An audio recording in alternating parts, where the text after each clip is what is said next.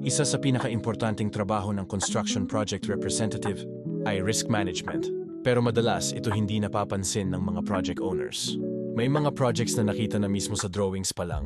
Kita na ang risks, kulang ang details, malabo ang specs o may bangga ng plano. Pero walang nagsabi ng maaga. Ina-approve ng owner ang plans kahit hindi fully naiintindihan.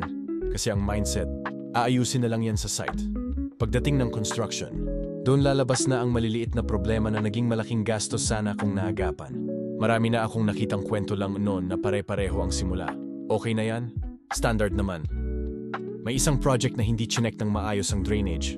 Slope kasi akala ng lahat may nag-asikaso na. Pagkatapos ng turnover, unang malakas na ulan, pinaha agad ang bahay.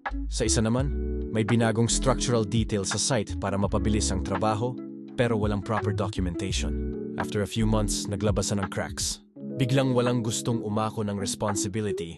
Sisihan na ang contractor, designer, at sa huli, si owner ang nagbayad. Ito ang uncomfortable truth na bihirang sabihin ng ilang architects, engineers, o contractors. Hindi lahat ng risks ay inaasikaso ng maaga. Lalo na kung walang taong talagang naka-assign para protektahan ang interest ng owner. Kadalasan, focus lang sila sa sariling scope ng trabaho, hindi sa overall effect ng decision sa buong project. Ang construction, project representative ang tumitingin.